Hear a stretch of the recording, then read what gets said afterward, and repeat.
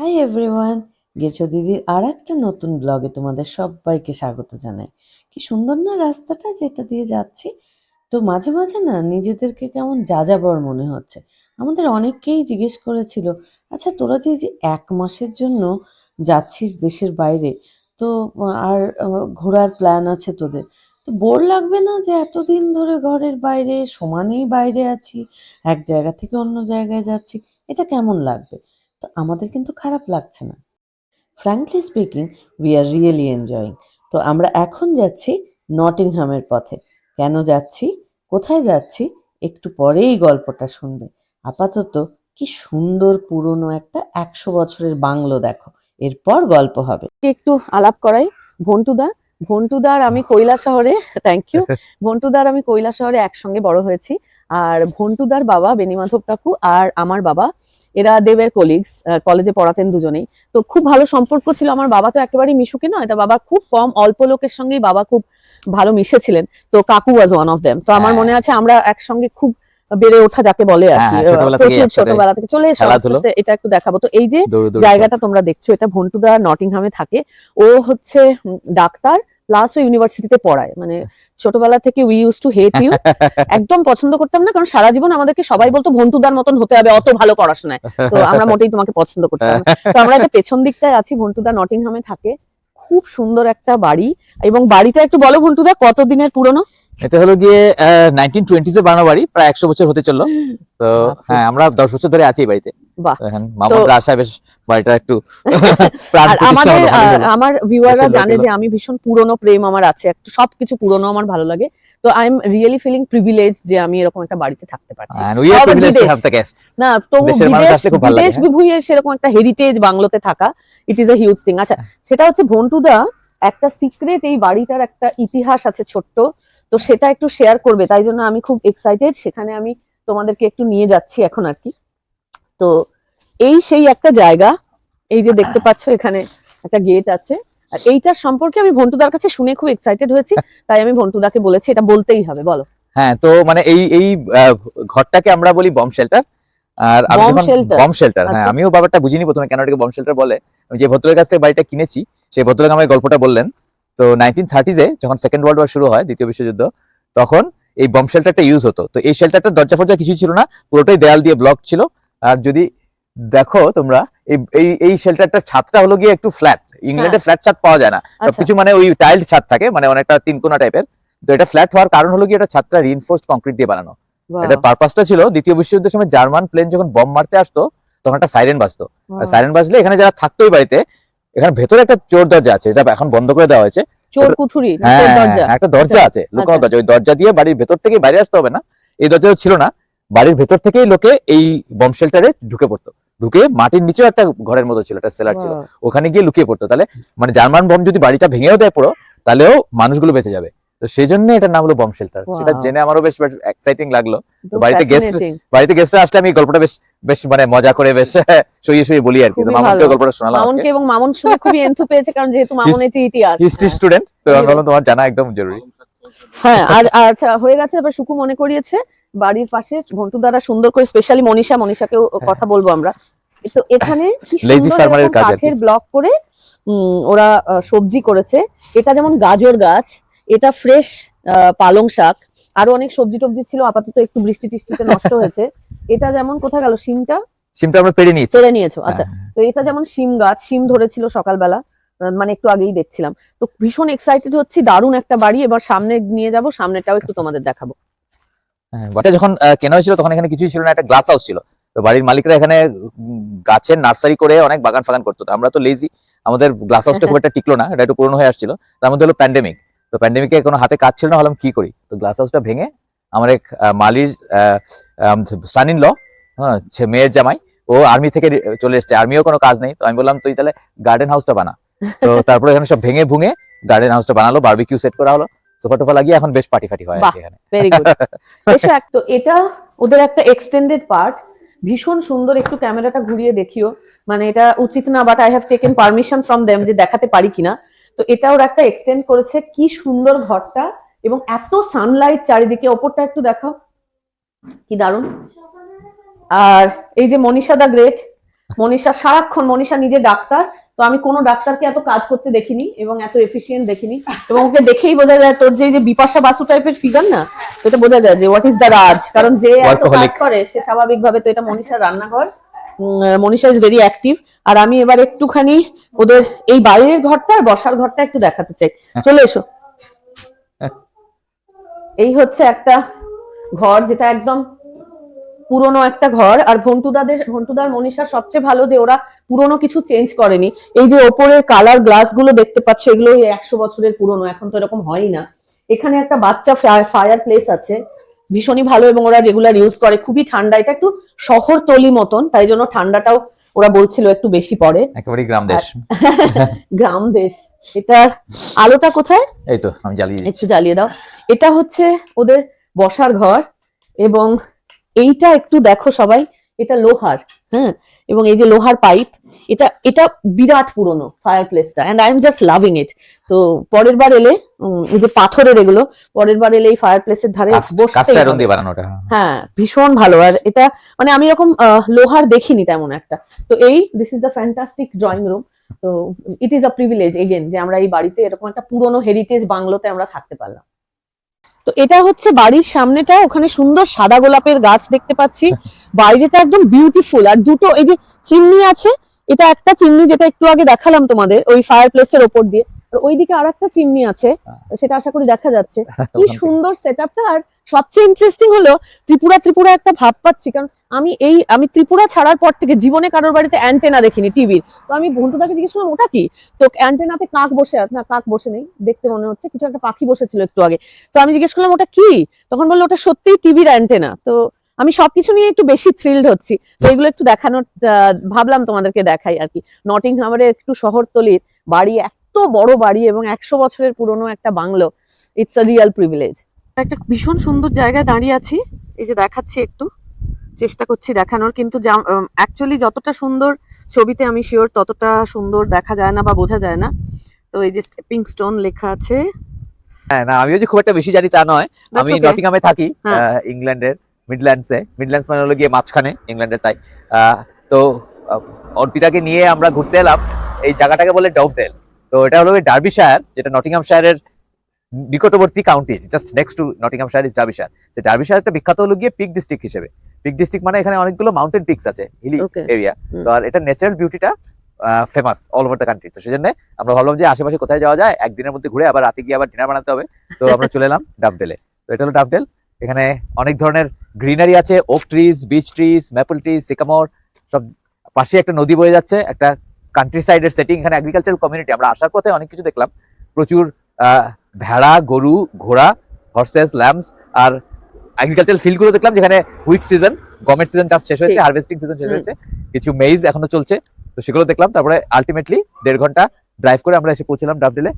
ডাফডেলটা হলো, এই জায়গাটায় তোমরা এসছো এর আগে? আমরা কখনো আসিনি, আমার বন্ধু বান্ধবী আমাকে রিকমেন্ড করেছে। আমি বললাম যে অর্পিতারা এসেছে আমাদের বাড়িতে বেড়াতে, তাই রিকমেন্ড করলে ডাফডেলে নিয়ে এসো, বাড়ির কাছে আছে, এর চেয়ে সুন্দর জায়গা তুমি পাবে না। তো that was a good recommendation. দেখলাম যে কি সুন্দর জায়গাটা।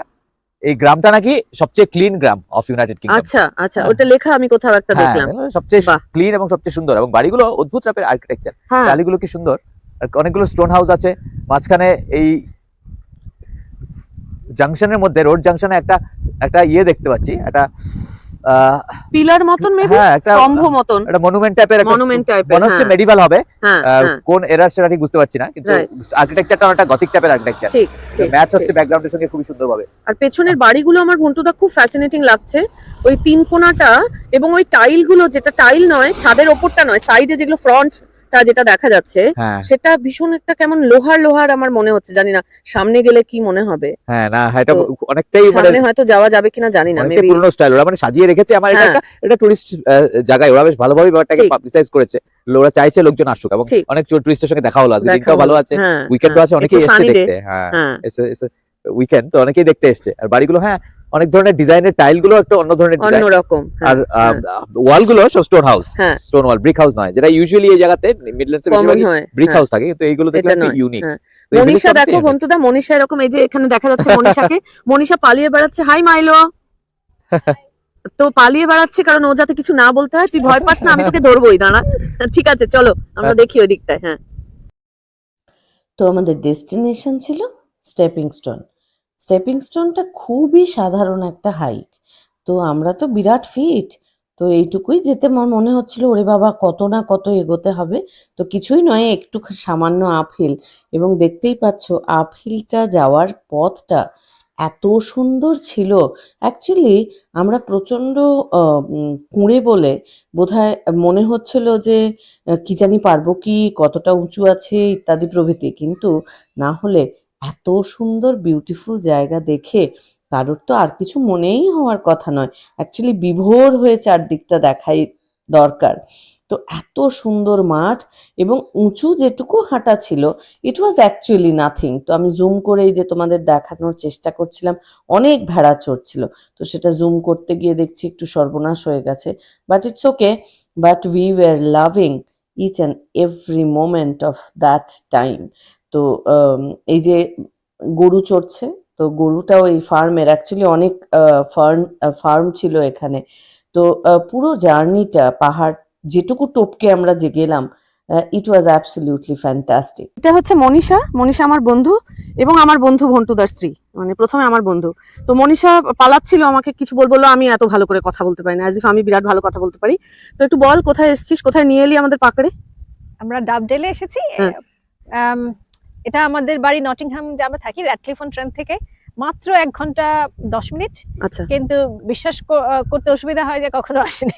দেখা হয় নাই, চক্ষু হ্যাঁ, মেলিয়া টাইপের নাকি? হ্যাঁ, এত তোরা তো সুন্দর এমনি প্রচুর বেড়াস। পাহাড়ের কোলে।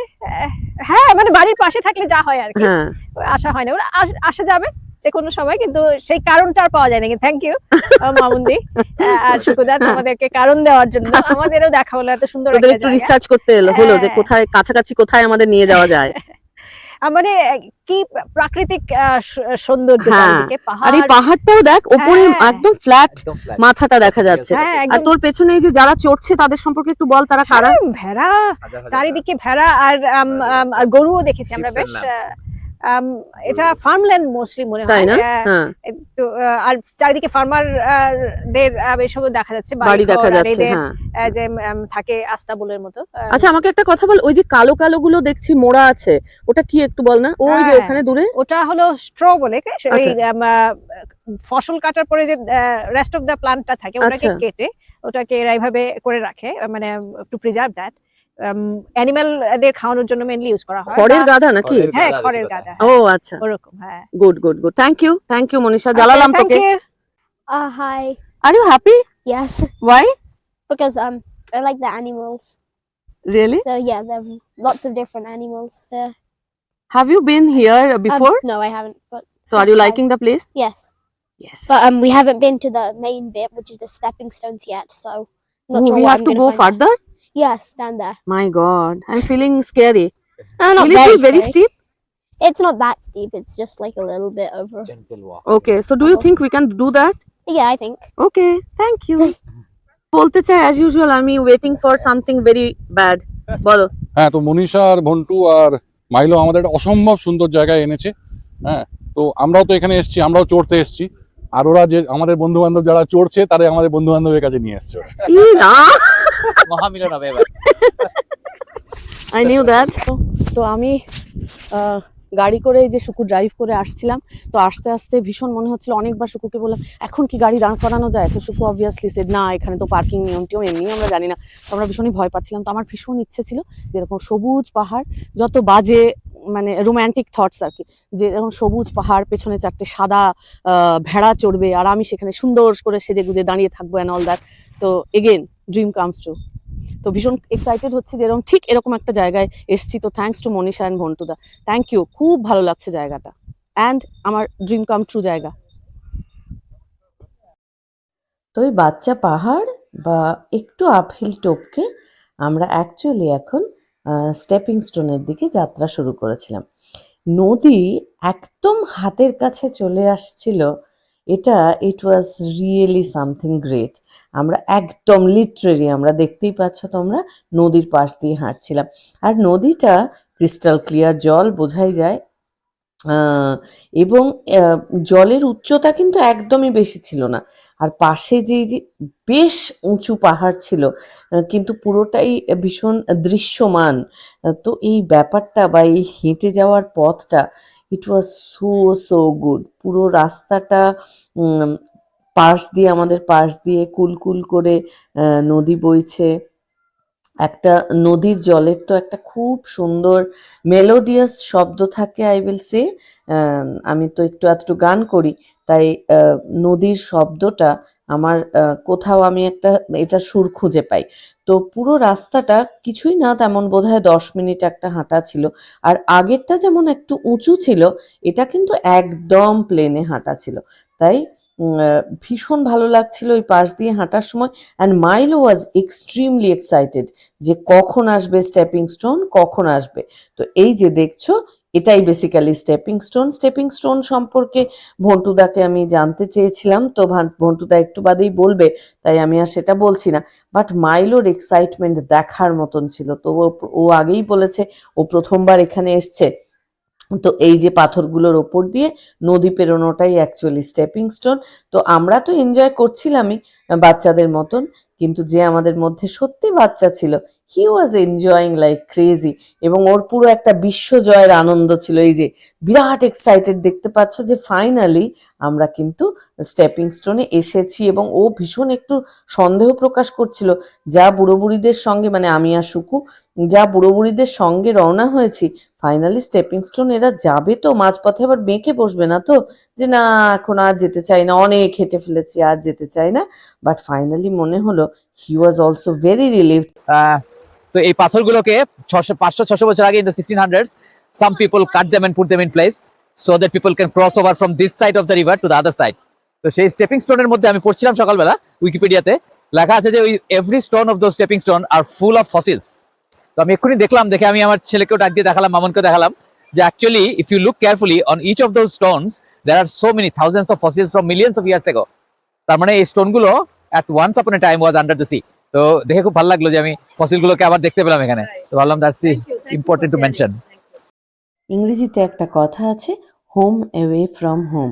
তাই দেশ থেকে এসে বিদেশের মাটিতে তোমাদের কাছে নটিংহামে থেকে সত্যিই মনে হলো বাড়িতেই আছি। Credit goes to definitely Manisha. বেচারা ওই ডাক্তারির কাজ সামলে কত যে আমাদের যত্ন করেছে, রান্না করে খাইয়েছে। আর ভন্টুদা তো আমার বন্ধুই হয়, তাকে আলাদা করে আর আমার কিছুই বলার নেই। অনেক ভালোবাসা তোমাদের দুজনকেই, এবং আমি শিওর আবার আমাদের খুব জলদি দেখা হবে। তো এই বাড়ি থেকে যখন বেরোচ্ছিলাম তোমাদের, তখন মনে হচ্ছিল কেমন বাড়ি ছেড়ে বিদেশ বিভুঁইয়ের পথে রওনা দিচ্ছি।